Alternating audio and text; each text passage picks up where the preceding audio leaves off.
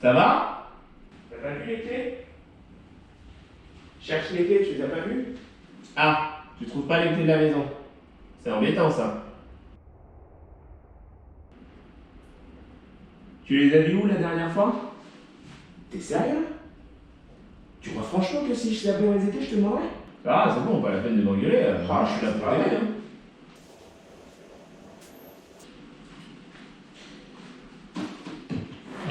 Et ouais, tu disais, tu les as vues la dernière fois? Ah, mais ils sont là. Ah. Oh non, t'es déjà en train de filmer? Ouais, bah Oh oui, je me non. suis dit que ce serait sympa de filmer le départ, ouais. Mais ouais, mais on avait dit qu'on attendait le retour. Ouais, je me suis dit que ce serait sympa de filmer le départ. Bon, fais ce que tu veux, j'en ai marre. Je me tire.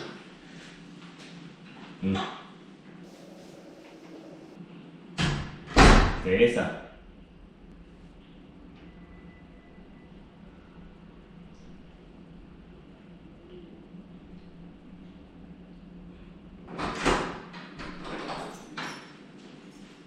Petit détail.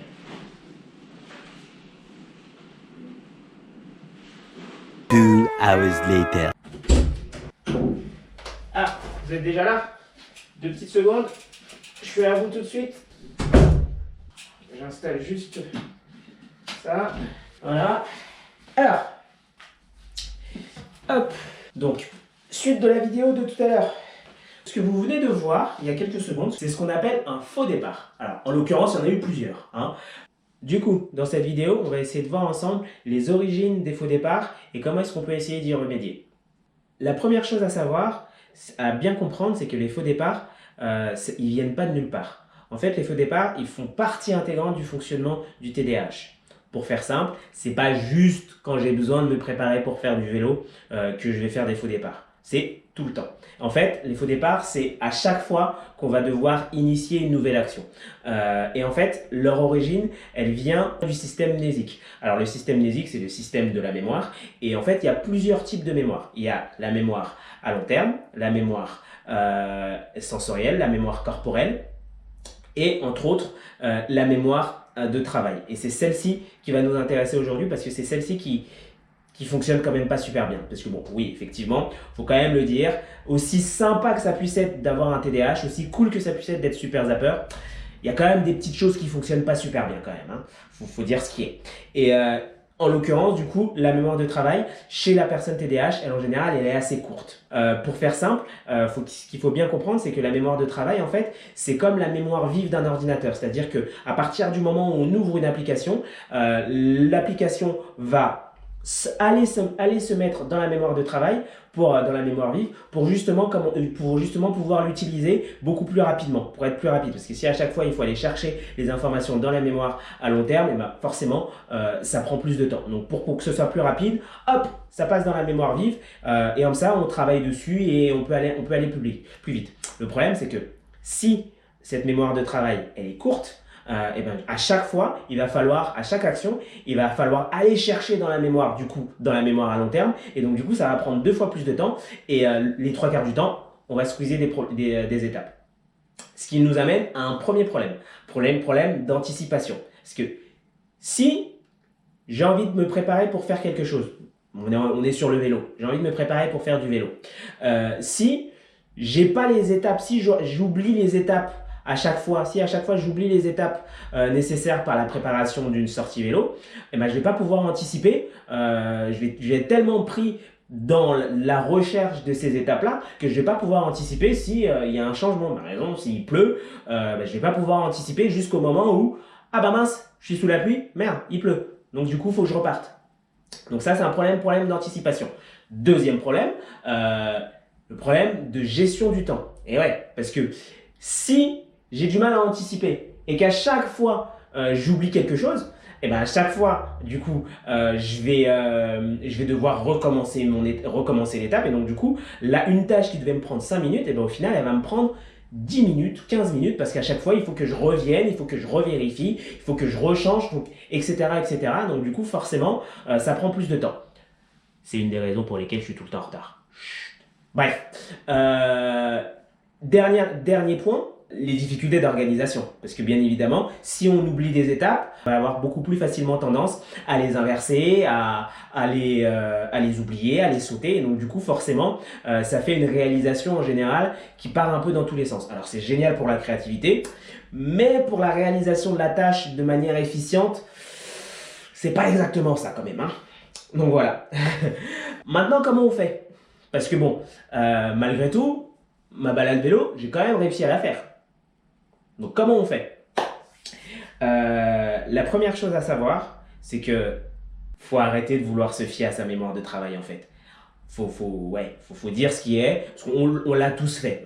Moi le premier, le fameux « Ouais, t'inquiète, je vais m'en souvenir. Ouais, t'inquiète, je gère, je vais m'en souvenir. » Que dalle.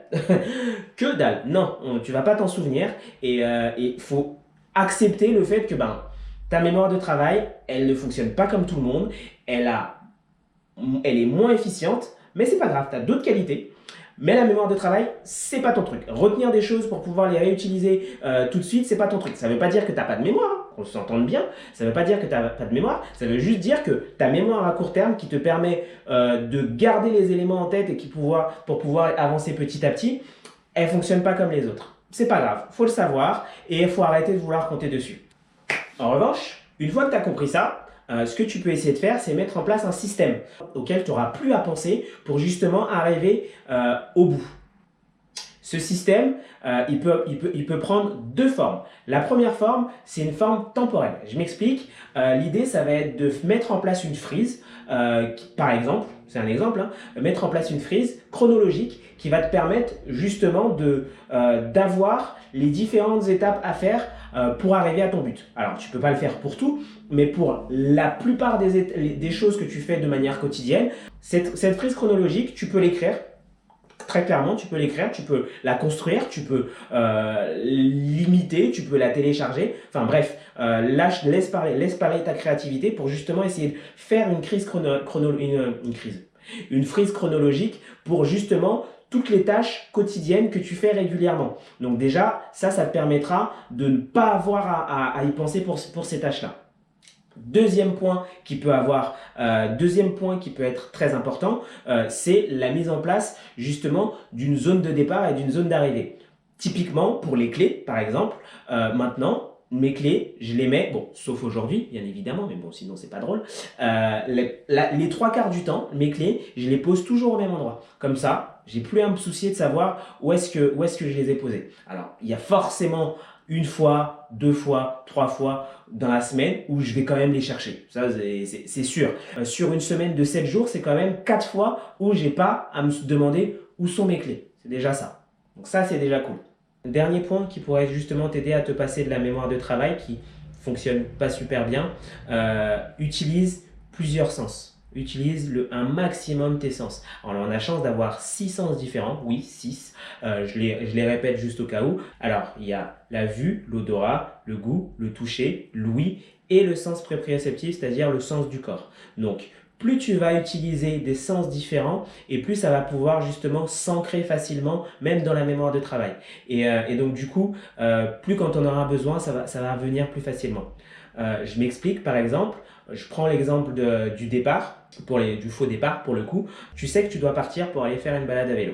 Ce que tu vas faire, c'est tu vas mettre en place ta frise chronologique. Donc, en mettant en place cette frise chronologique, tu vas utiliser à la fois le sens kinesthésique, le sens du mouvement, le sens du corps, puisqu'il faut l'écrire, à la fois le sens visuel, à la fois le sens du toucher. Cette frise-là, tu l'accroches. Donc là, du coup, ça fait déjà une première accroche sur le plan visuel. Sur le plan visuel et pour la création et à tout ce qui est kinesthésique, etc., ce que je viens de dire.